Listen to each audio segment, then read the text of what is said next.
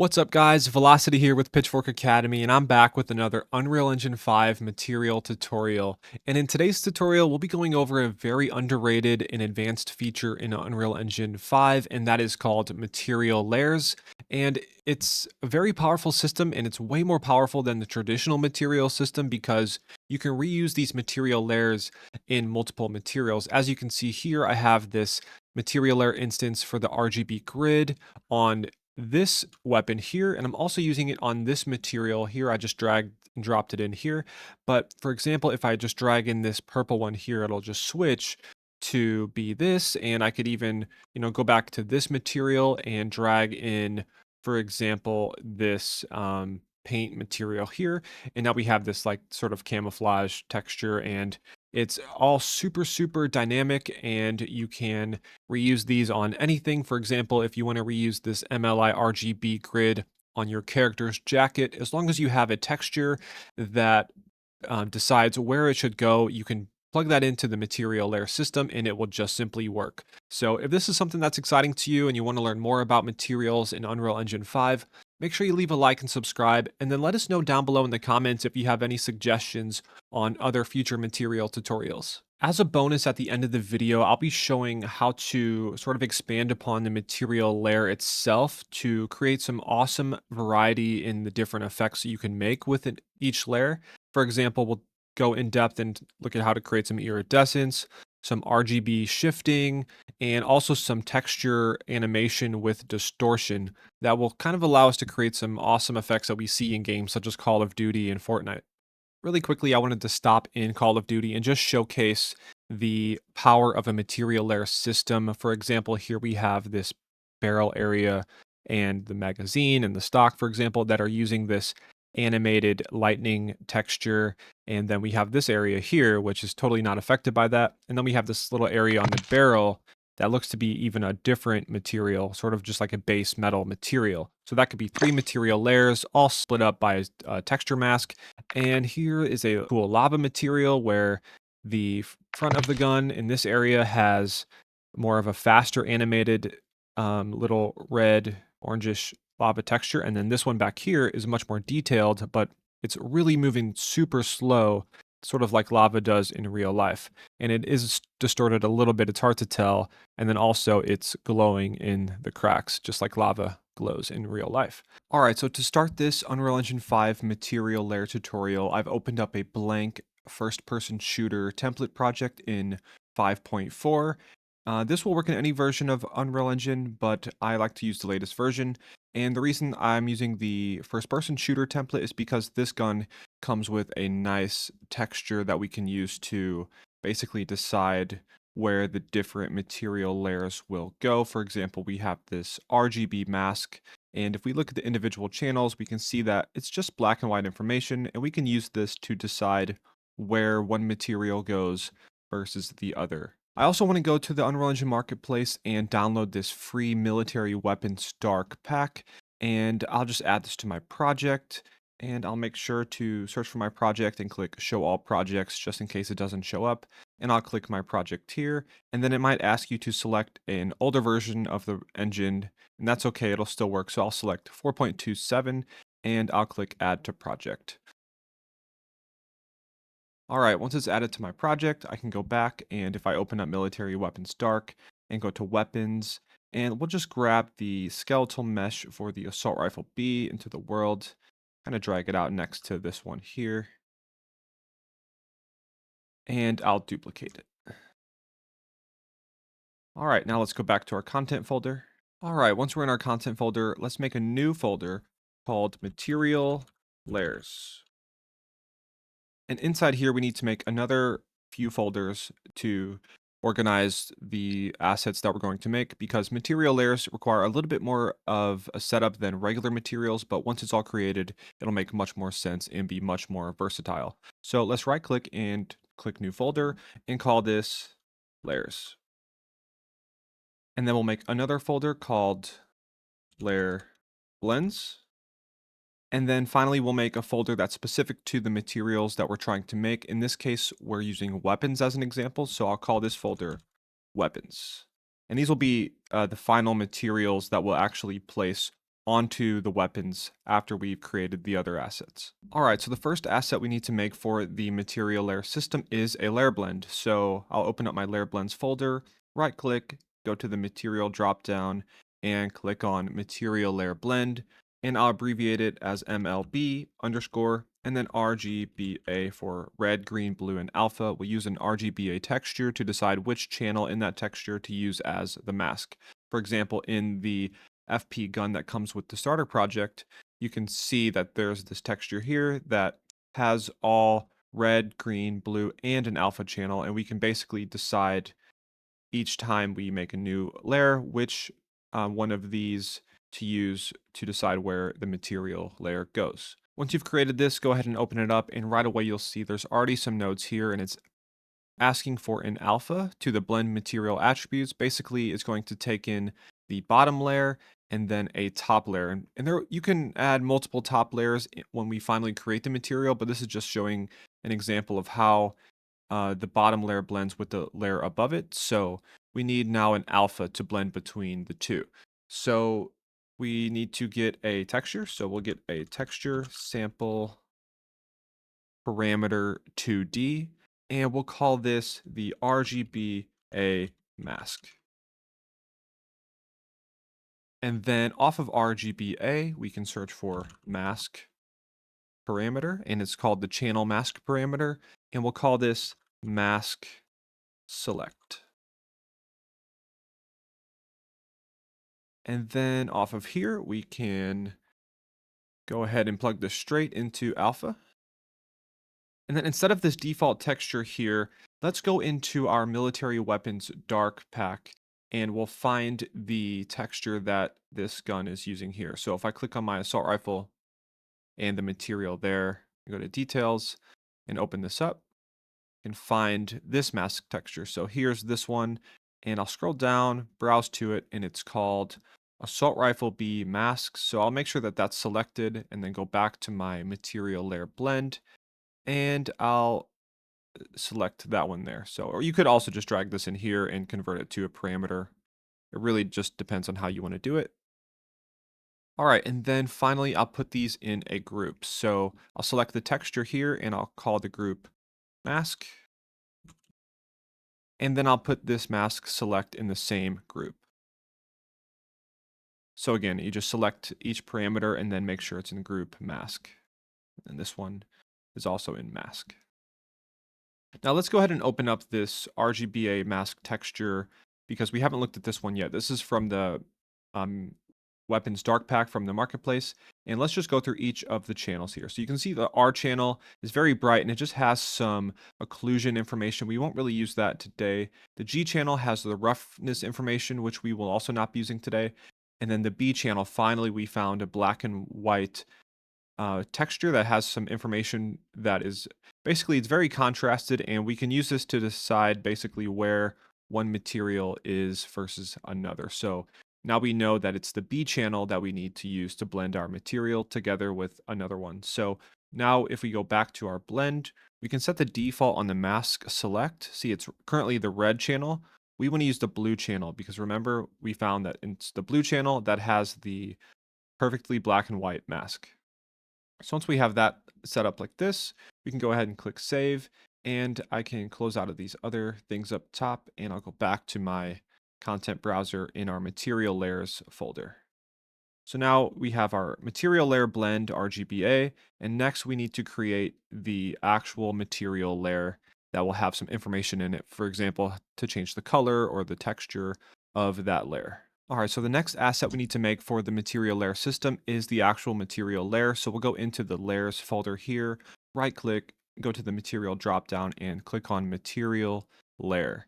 And then I'll name this ML for material layer, and we'll call this weapon layer. Now you could have many different types of layers. For example, you could have a layer that strictly uses the Megascan textures, and you could call it ML underscore Megascans or ML underscore simple, and it could just have a color. We'll call it ML weapon layer because at the end of the video, I'm going to go a little bit more in depth in the material layer for the weapon, and we'll add some more interesting effects such as RGB shifting and maybe some iridescence and also some texture panning in case you want to create like a cool weapon skin that you might see in games like Apex Legends or Call of Duty or Fortnite. But to start, we'll just go into the material layer and create some simple effects. So again, when you first create a material layer, there's always going to be a couple of nodes in here. It's just the setup that they have by default. And as you can see, it's asking for an input material attributes. So we can right click and search make material, attributes. And then we can just plug this right into here. And it's asking for a ton of different stuff here. At the beginning, we'll just use a color and a couple of different parameters for the roughness and whatnot. So I'll hold 3 on my keyboard and click for a color, and then I'll set it to default of red. And I'll also right click and convert it to a parameter. So I'll call this color. And we can just plug this right into here. And then I'll right click on metallic and promote to parameter. I'll right click on roughness, promote to parameter. And that should be good for now. So the metallic I'll leave at 0 and the roughness I'll set to a default value of 0.5. Nice and simple for now. All right, we can go ahead and click save. And let's actually put all these into a group as well. So I'll highlight all 3 of these, and then in group, we'll call this base. So it's the base effects for the material, and later we'll add some different groups for some more advanced features. So once I save that, I can close out of it. I'll also close out of my material layer blend and go back to my layers folder here. And now we can basically create an instance of this just like we would do with a regular material in material instance. Now, if I right click, you can see it doesn't say create material instance. It now says create layer instance. So we'll do that. And I'll call this MLI underscore red. And then I'll duplicate that underscore purple. You can make these colors whatever you want. And then I'll make one called yellow. All right, we'll go into purple, and you can see that we just have this base section here, and I'll just click on these parameters, and I'll set this color to a purple. And why not? Let's make the roughness lower. We'll do 0.2, and we'll set the metallic to 1. So I'll save that, and then in the yellow, I'll open that up, and we'll do sort of a yellow color. And we'll set the roughness maybe higher, so 0.8, but we'll also set the metallic to 1, just so we have some variation in the surfaces. Now you'll notice these don't really update. It's sort of a bug in the engine. I think once you go in and maybe save them or you start using them again, or maybe you change something in the master, it will update the preview, but don't worry, they are working as intended. For example, if I open the yellow one, here it is right there. So now we can minimize that. And all right, so now we have our material layers. Now, basically, you're probably wondering, where do we put the layers? Well, now we need to create the final master material that the layers will go into, and we'll do that in the weapons folder. So open weapons and right click, and now we just make a regular old material. So it's going to be M underscore weapon. And now I can open this up full screen, and we can do some adjustments in here. All right, the first thing we need to do inside of this material, since it's not a regular material, we're using it with the material layer system, we need to switch it from this node here to say use material attributes on the left in the details panel. So once we click that, it'll be collapsed into this node. And then we also need to search for material layers. And it's this material attribute layers right here. Now you can just plug this straight in, but what I want to do is actually add an area for the normal map of the weapon, which is sort of an overall normal map that we definitely want on every layer no matter what.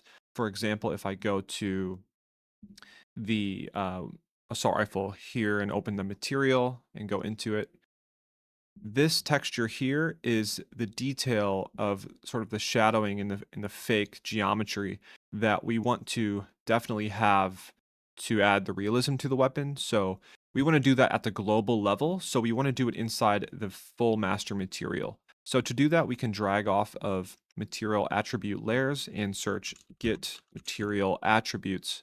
And by default, it will just have material attributes, and Of course, you could just plug this in here, but that wouldn't do anything. So we need to highlight this node, and then over on the left, you can see it says attribute get types. Let me full screen this for everybody. Attribute get types, we'll click the plus here, and by default, it will just get the first thing that's in a material attributes layer, which is the base color, and we don't want that. So over on the left, you can click this drop down and switch it from base color to normal. So now we have the material attributes, which is everything else that's in our material layer. That's, for example, in this or this one. And then we have the normal. So we want to blend the normal into our layers. So to do that, we need to right click and search for texture sample parameter 2D. And we'll call this mesh normal. Because we can have detail normals in each layer later on. For example, if you had carbon fiber, you wanted to add that into just the yellow layer, you could do that there. But what we're doing here is, again, a global change to the mesh, and it's the normal that came with the mesh that's, perfectly made for that weapon. All right, so we can actually browse to this texture. So here it is, assault rifle um, B normal. So I can make sure that this is selected here and then just drag this right on in. So now we have the assault rifle B normal texture. And now we need to blend the input normal from our material layers with the mesh normal. And to do that, we'll search for blend angle corrected normals, and the base normal will actually be the mesh normal. So I kind of got that backwards. So this one needs to go into base normal, and this normal here goes into the additional normal. And then we can't just plug this straight into here because this is not a material attributes. So now we need to we already got the material attributes. So now we need to set them. So we'll right click and search for set material attributes. And we need to do the same thing where we highlight this node and then on the left, click the plus. And then from the drop down, we need to switch it from base color to normal. And then the result goes into normal, and material attributes just go straight in. So it's everything else. So this is our base color, our roughness, our emissive, everything that we don't want to affect at the global level, just go straight in. And then we can finally plug this into there, make sure it's all connected, and see right away you can see that it has the normal map information there, and it looks like it has some detail in the material. So we should be good to save and go back to our content browser. Now we can go and double check that we have all of the right assets that we need. So in the layer blends, we have the MLB RGBA, which is our mask that we'll use to switch between the different materials. And then we have our layers, which are the individual materials that we'll be able to put into the slots. And then we have our master material for the weapon that has the global detail for the mesh's normal map. And this is what we'll use to create a material instance of to actually place on the weapon. Because for example, if I go back to the layers, even though that this is a material layer instance and it has material information, you can see I can't place this directly on anything. It still needs a material instance and not a layer instance. So that's where we'll go back into our weapons folder, and with the material that we just made, we'll right click and create material instance, and I'll call this mi underscore camo underscore 1. For example, this would be your weapon camo that you're going to have the player unlock or actually put on the weapon itself. So now we can go ahead and place this on the weapon. And right away, you'll see that it has to do some compiling, but it looks fairly similar to this one. And that's because it has the normal map, but it is just a solid black and there's no really detail in the color change or the roughness change. So now we can actually open up the material instance we just made, and I'll close out of some of this stuff at the top just so we have a little bit more clarity with what we're working with. And you'll notice that there's a new tab here that's usually not in materials. It's called layer parameters. And if I open that up, you can see it's asking for a background layer. But in the details panel, if I open this up, you can see there's our mesh normal. So if we have a different weapon, for example, the pistol, we would make sure that when we create the camo for the pistol, we put the pistol's normal map inside of here. And then when we want to select the layers to put into the different slots, we want to go to layer parameters. So let's do that now. So if I go to layer parameters and kind of drag this back, I can go back to my layers tab here. In the background layer, I open that up. That will be, let's say, the purple layer. So right away you can see now we have just a fully solid purple assault rifle, and that's it. So to get another layer, we just click this plus right here, and we can open that up, and you can see it put it above it. So now this is sort of the bottom layer of the stack, and now it's asking for the next layer. And the layer blend asset that goes in between two layers will be that material layer blend that we created at the very beginning. So the MLB underscore RGBA will go right into the blend asset between the two layers. And you'll see we still have none in this top layer here. So when we go to open up the mask, it kind of glitches out and there's nothing there. But as soon as we go back to our material layers and drag in, for example, the red layer, you can see right away we get the splitting up of the materials, and it's exactly how you would expect. So if I switch it out for the yellow one now, you can see it just instantly updates. If I put the red one as the background, you can see that instantly updates, and you can kind of start to see the power of this system where you could create hundreds of these material layer instances that have different material types, and maybe some are metal, some are rubber, some have cool emissive textures that are sort of animated, and you could really go crazy with the system like this.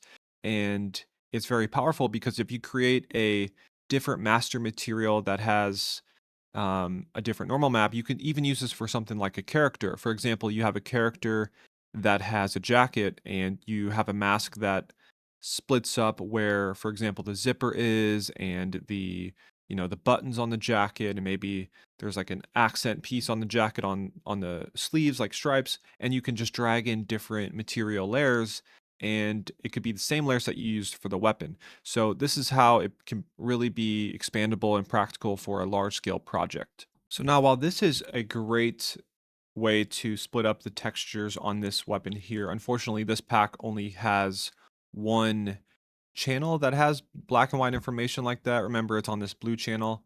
So there's really not much more to split up here, and you can go crazy with this. For example, you could, where this yellow material is, you could put something really cool, and where the red one is, the same thing. But on this gun here, it has a better texture that we can use just to showcase the power of the system a little bit more, and what you guys should be making for your weapons when you go ahead and model and texture them. So what I'll do is I'll create another material instance of M weapon, and I'll call this MI underscore FP gun for first person gun. And I'll click on my skeletal mesh here in the details panel. I'll click on skeletal mesh, and I'll replace the material here. And you can see right away it becomes this black material it's actually still using the normal map from this gun here. So we'll click on this here and we'll change that up. All right, so we need to now replace the mesh normal map with the correct one from the starter gun here. So to do that, we'll just go to our content folder and click on FP weapon and textures, and then we'll just drag in the FP gun normal map there. And right away you can see it's the correct detail normal map there, and we got the Unreal Engine logo, and we're good to go to start messing with the layer parameters. So now that we're in here, we need a background layer. So if we go to our content folder, material layers, and then our layers, we have the layers that we made here, and I'll just drag in the purple one. So nice, now we have a purple weapon, and we need to add now another layer, and we'll open up layer one, and you can see it's again asking for our layer asset and the blend asset. So the blend asset again will be our MLB RGBA, but instead of dragging this one straight in, because remember this one we have it default set to the one from the military weapons dark pack, which would be incorrect for this weapon. So what we can do instead is, just like we would create an instance of a material or an instance of a layer blend, we're going to create an instance of this layer blend. We can right click and create blend instance. So we'll call this MLBI underscore FP gun for the first person gun. So now when I open this up and go to the details panel, we can just set the mask and all this to be the correct one. So now if we go back to our content folder, FP weapon, textures, this is the mask that we need instead. So I'll drag that in there, and I'll go ahead and click save. And now when I go back to my MIFP gun and my material layers folder, And in layer blends, now we have this second layer blend. So for example, um, for every different gun that you have in your project or every different asset, for example, a jacket or a different mesh that has a different mask, you can create instances of the layer blend, so you don't need to go in and change it on each time you put a new layer. So when I put this in here now, and I add back another different layer, for example, MLI red, right away it's correctly splitting up the material as you would expect because it's using the TFP gun mask instead of the assault rifle B mask from the military pack. And you can see by default we have the mask select on blue, but we can just switch it up and switch it to red or green, and you can see right away it kind of changes the location where the material blends. And we can add another layer if we want. So I'll click add a new material layer, and again it asks for another layer asset and blend asset. And the blend asset again will be our new MLI or MLBI FP gun. So we'll drag that into there, and the layer asset will be the yellow. And right away we can see that it worked, and it splits up the materials correctly. Now, if we want to change, where these go to, and you want to be more specific, you can go through and change all of these. And I'll add one more material layer, and I need to create another material layer instance because I only made 3. So I'll right click on any of these and duplicate, and I'll call this MLI Chrome. And then this one, I'll double click and we'll edit it, and I'll set the color to be fully white and metallic 1, roughness 0.05. Nothing's ever fully really rough, so it's good practice to put just a very low number instead of 0. And even for metallic, you could do, for example, 0.95. But this tutorial really isn't about that. Anyway, we'll go back to our MIFP gun, and I'll drag in the chrome to the top. And remember, we're not giving it a blend asset yet, so our entire gun just became a mirror. That's okay. And I'll browse to where this blend asset is again, and we'll drag the same one into there. So now you can see it sort of overtook where the yellow one was because it's using the same mask select. You can see here it's blue for the yellow one, and it's also blue for the chrome one. But the place that I want to put the chrome one is actually on the scope. And what's nice about this mask texture is in the alpha channel, there's this little white spot here, and this is where it's masking out the scope. So if I go back to our MIFP gun and switch the mask select from blue to alpha, you can see right away it gives us this nice reflective material where the scope would be. Now, obviously, this isn't how you would have it in a real game, but it just gives you an idea of how you can put a different material where different places are in the mask. All right, I hope you guys have stuck with me this far. I know this material layer setup is a little bit more involved than the traditional method, but once you get it all set up, you can kind of see how it's actually even easier than setting up other types of materials, because once you have the base foundation set up, you just need to make new material layers and layer blends and just kind of plug everything up together. And what's really nice is you can reuse these layer blends, or sorry, you can reuse the material layers over and over again on different assets in your project. As promised in the beginning of the tutorial, now I'm going to show how to create a little bit more of an interesting material layer to use for your project. For example, right now we just have a color, metallic, and roughness, but I want to expand upon this and create some textures, some animation to the textures, maybe some iridescence, and also wear and tear. So, for example, the gun might look like it's been dropped a few times or has some scratches on it. So let's get into it. All right, to start, I want to expand on just the color information. So I'll actually unhook color here, drag this up, and I want to rename this to color A, just so we have a little bit more specific names for our colors, because we'll have couple more. So color B and color C. Now I want to set the default color actually to white, and then color B, maybe red is fine, and then color C can be maybe this bluish color. Now we need to get a switch. So I'll get a static switch parameter, and I want to call this dash space use iridescence. Now the reason I put a dash is because it sets it to the top of the list when you're selecting your parameters. And it's good to have switches at the top because once you click them, everything will appear below them. So once we have this, we can drag this up here. And if we're not using it, we just want to use the color A.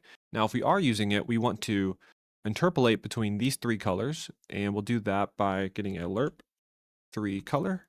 And we'll plug these into the respective slots here.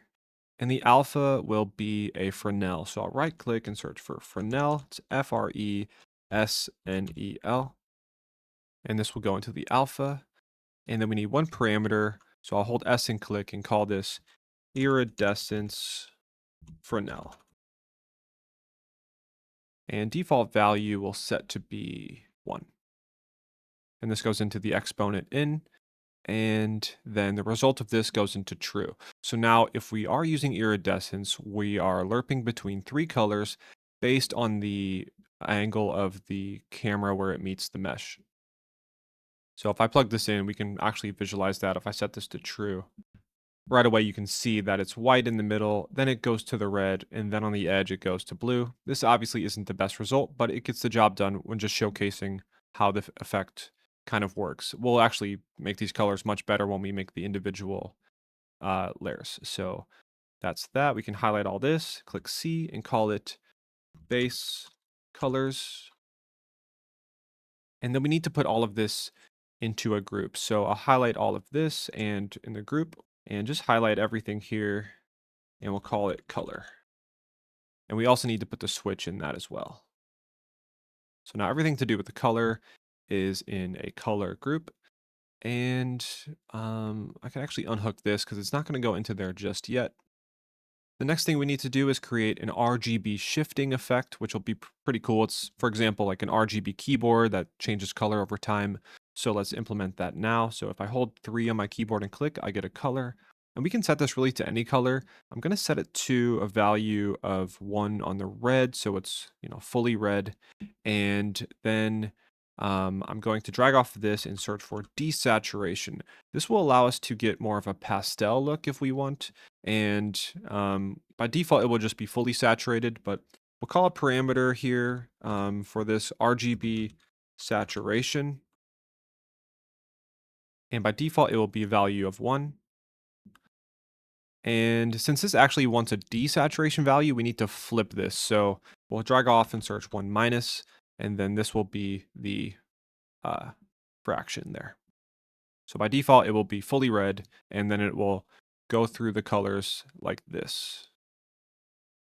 So now we need to get a hue shift node. So we search hue shift, and the texture will be this, and the hue shift percentage will set that up now. So we need to search for time, and then we'll multiply that. So I hold M and click to get multiply, drag time into A, and then we need a parameter called RGB shift time.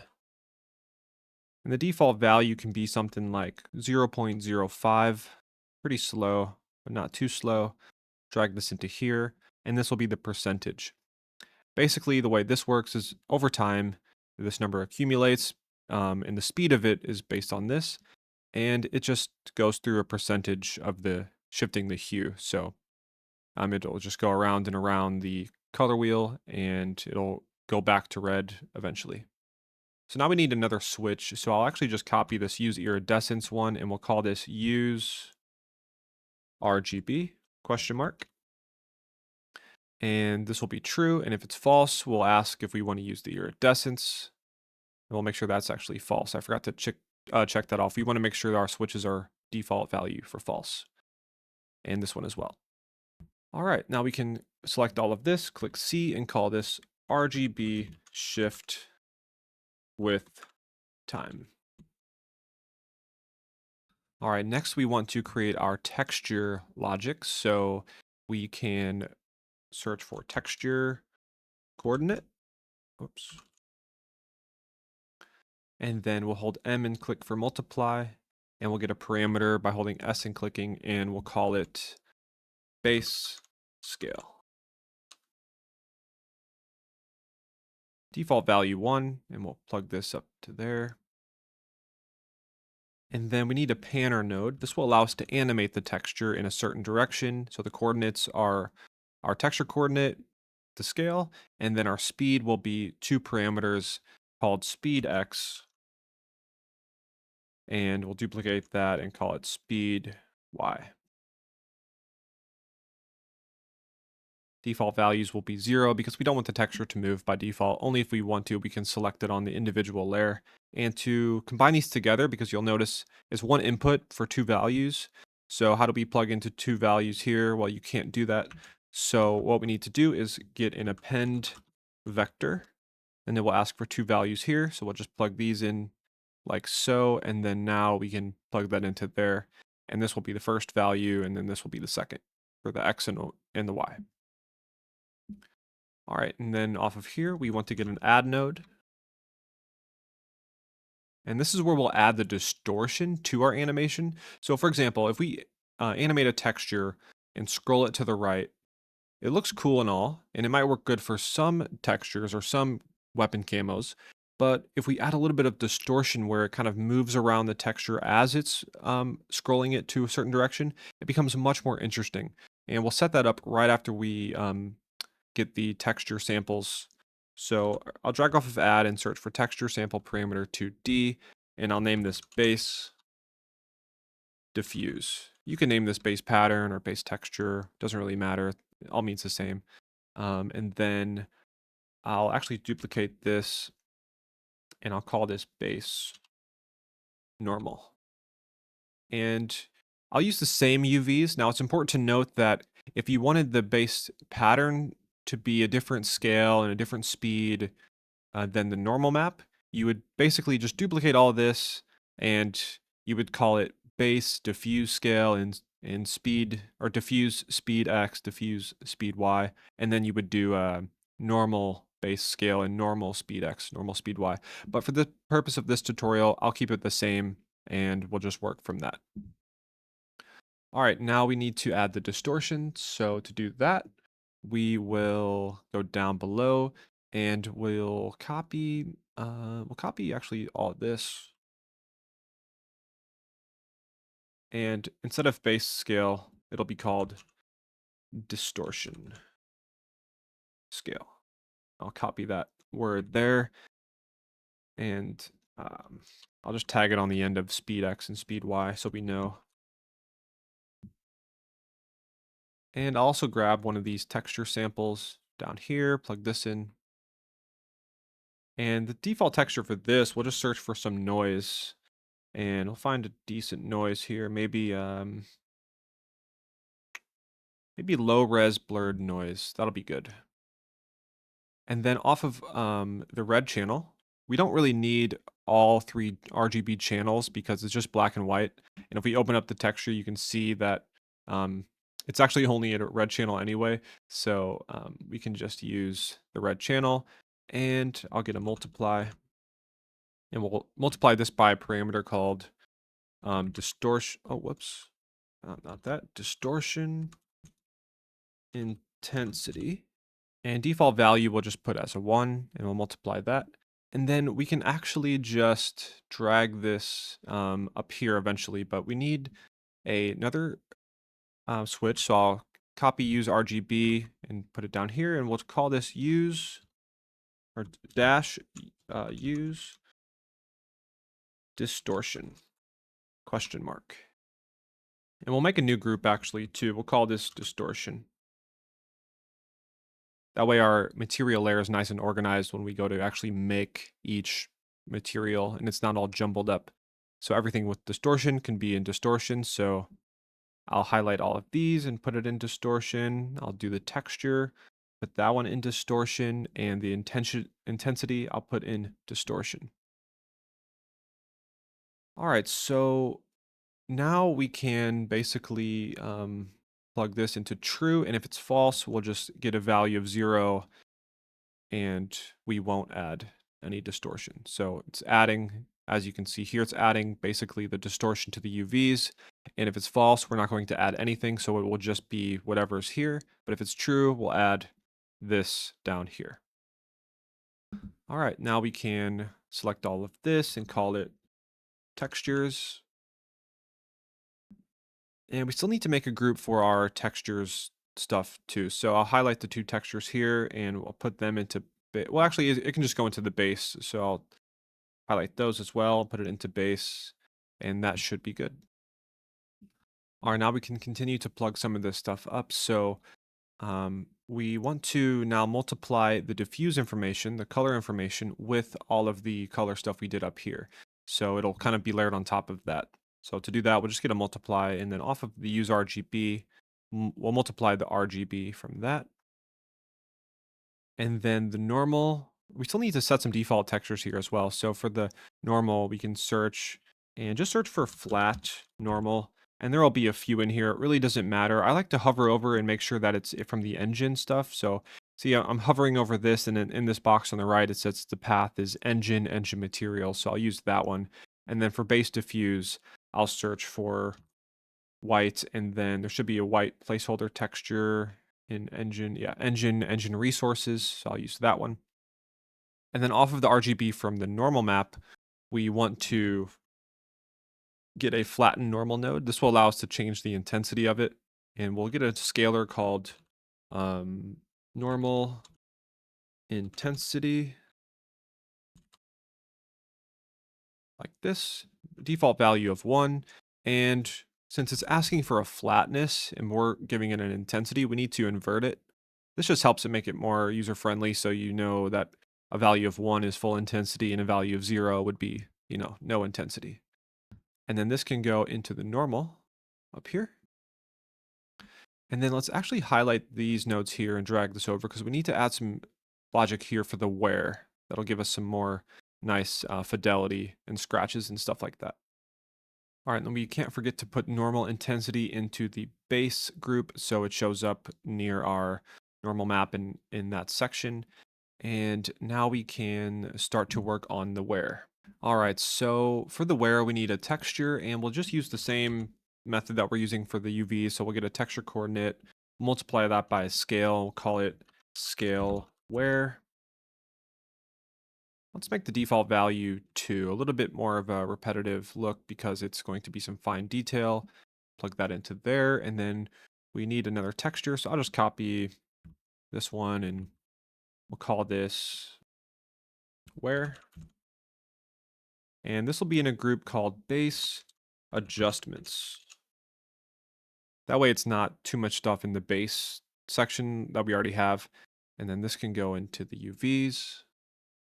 And then we need to add some math to be able to adjust the where and sort of add some contrast to it. So for example, the scratches, if we want the scratches to be really noticeable, we can increase the contrast and whatnot. So off of the G channel, it's important that we're using the G channel because I want to get a texture from Megascans, and most Megascans textures, they put the roughness in the green channel. So we'll drag off of G and search for subtract.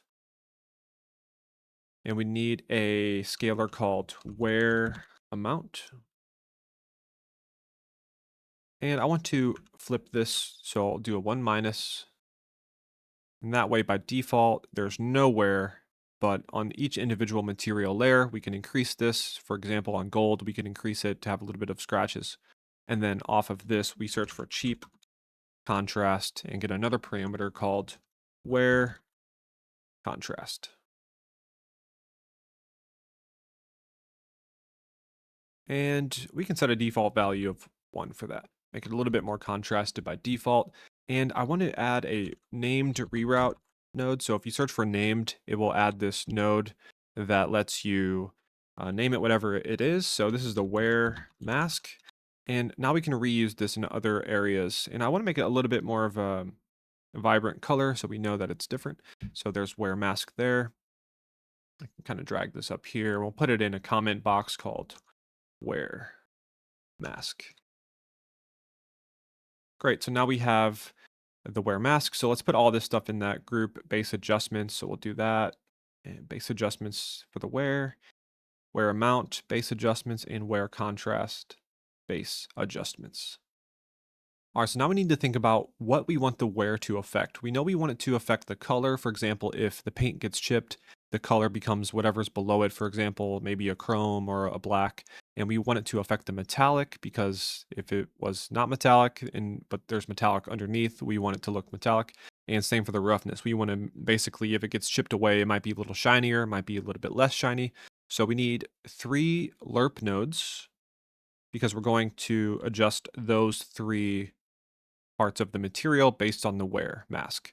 So now that we have the wear mask as a named reroute node, we can right click anywhere and there will be a named reroutes at the top, and you can just click wear mask. And I'll duplicate this and plug it into the alpha a couple of times, like so. And so the metallic will become the A for that one. The roughness will become the A for this one down here. And then we can replace these like so. And then the color information from what we did back here will become the A of this one. And this will go into base color. And then the B will be new parameters that we're going to make now that will control the wear. So for example, I'll hold 3 on my keyboard and click for a color. I'll right click, convert to parameter, and we'll call it wear tint. And black is fine by default. I'll plug that into B. And then I'll hold S and click for another parameter, and we'll call it wear metallic. Plug that into there. We'll make this value 0.5 by default. And then I'll make another scalar called wear roughness. And by default, we'll make this maybe 0.8. It really doesn't matter. It's, for each different one, you can change it anyway. And all of this stuff here, even if it doesn't have wear in the name, I want to put it in the base adjustments. I know before metallic and roughness were in base, but I want it to be all together. So when we're adjusting the shininess of our material, it's all in the same location. So now that all these are in base adjustments, we should be almost good to go. There's just a couple more nodes we need to add, and that's for our emissive. For our emissive, we'll actually use the same color information here. We'll just drag off and we'll search for multiply. And we'll get a parameter called emissive intensity.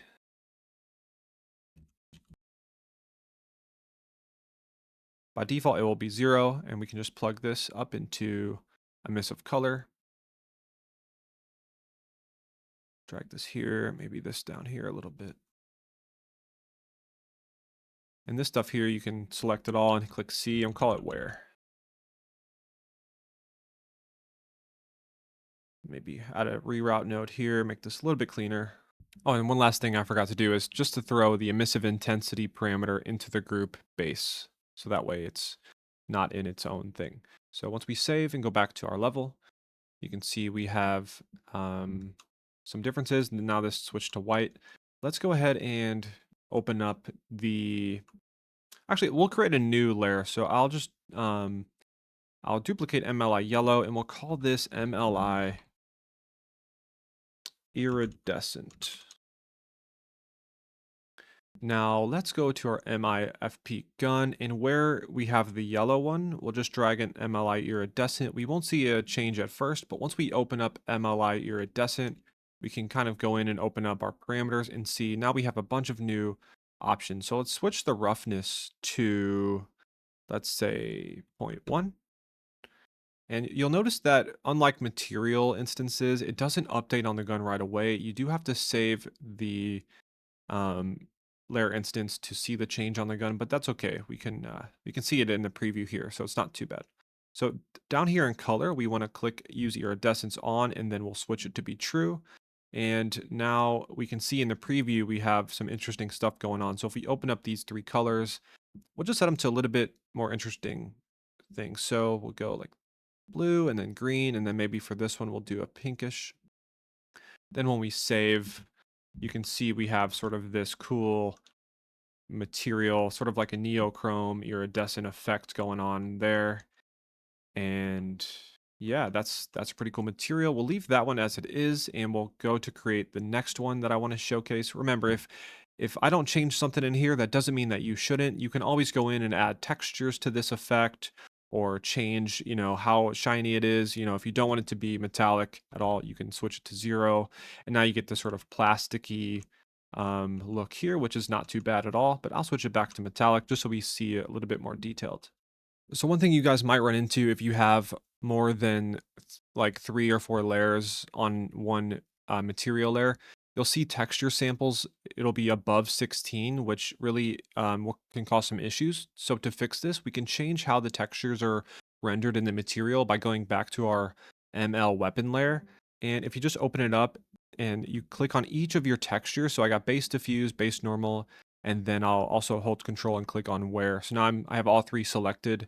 And then in the bottom left here on the details panel, I can switch for sampler source from texture asset to shared wrap. And now it'll basically render the textures in a little bit different of a way to allow multiple per material. And you can see right away it switched from 18 to 7. So now we're good to go there. Okay, now I want to create another cool material that we can use for our weapon. And I'll do that by duplicating MLI iridescent. And we'll call this MLI RGB underscore grid. And let's put this where, let's put it here, see what happens. Cool, so now we have basically two materials that look the same, but if we go into this MLI RGB grid, we can start making some changes. So I want to go into the color section and I don't want to use iridescence. Instead, I want to use RGB, and then I want to go up to base adjustments and set roughness to maybe 0.75. And you can see right away if I click and hold and move this around, it's sort of shifting through colors. It's doing it a little slow, but you get the idea. Yeah, there we go. Awesome. So now if I go back to my FP gun, we can drag, or sorry, I just have to click save, I think, on this one, and it should update. Yeah. Cool. So now this part of our material is RGB, which is pretty cool. And if I go back into this one, we can do some more cool stuff. So if I go to base diffuse, and from this dropdown, I just search something, for example, like grid, click this one, and click save. Now you can see it's using this texture to sort of shape that RGB. And I can change the scale from 1 to maybe 10. And you can see it'll tighten up the tiling quite a bit. Now, this is cool and all, but what if this moved? So we can open up our speed parameters here, and we'll set this to maybe 0.05 and just see how that looks on the X. Pretty cool. We can actually maybe do 0.1. We'll double that speed. Awesome. So now we have this RGB moving grid camo, and we could even take it a step further. I want to showcase the distortion stuff that we added. It's kind of hidden down here at the bottom. So if we click this to use and click save, oh, we're getting some errors. Let's see. Texture should be linear grayscale. So maybe we can't use that texture that I had selected for the distortion. See, I went back into my material and I found the issue. It looked like the base diffuse got the same name as the distortion. So we need to switch this to distortion. And I just want to set this to really any noise. We'll do tiling noise 05. It doesn't really matter. And then I'll click save. And then I also remember I need to put RGB saturation and shift time into the color tab. Okay, now we go back to FP gun. And now you can see we get this really crazy distorted RGB grid. So if I go back to our material, we have settings for this as well. If I do something crazy like set the speed wide distortion to 2, you can see the distortion will move very, very, very fast. Maybe 0.1, get a little bit interesting effect there. But you can also just leave the distortion at a 0 speed and the texture will still move through it and it'll look pretty cool. Now, if I set the distortion to something lower, such as 0.1, it'll be a much more softer effect. You can hardly even see. Maybe 0.25 will be a little bit more obvious. Well, now it almost looks like this RGB grid is underwater and it has some refraction going on. So you can kind of see where you can take this sort of material effect and change up the texture. Maybe if I put this laser power texture and save, Then we get this interesting effect, and you can always increase the emissive as well. So as of right now, it's at 0. If I set it to 5 and save, you can see now it glows. And if I lower the sun, you can see it actually has emissive values. I'll switch this back to the grid because that's what we named this one.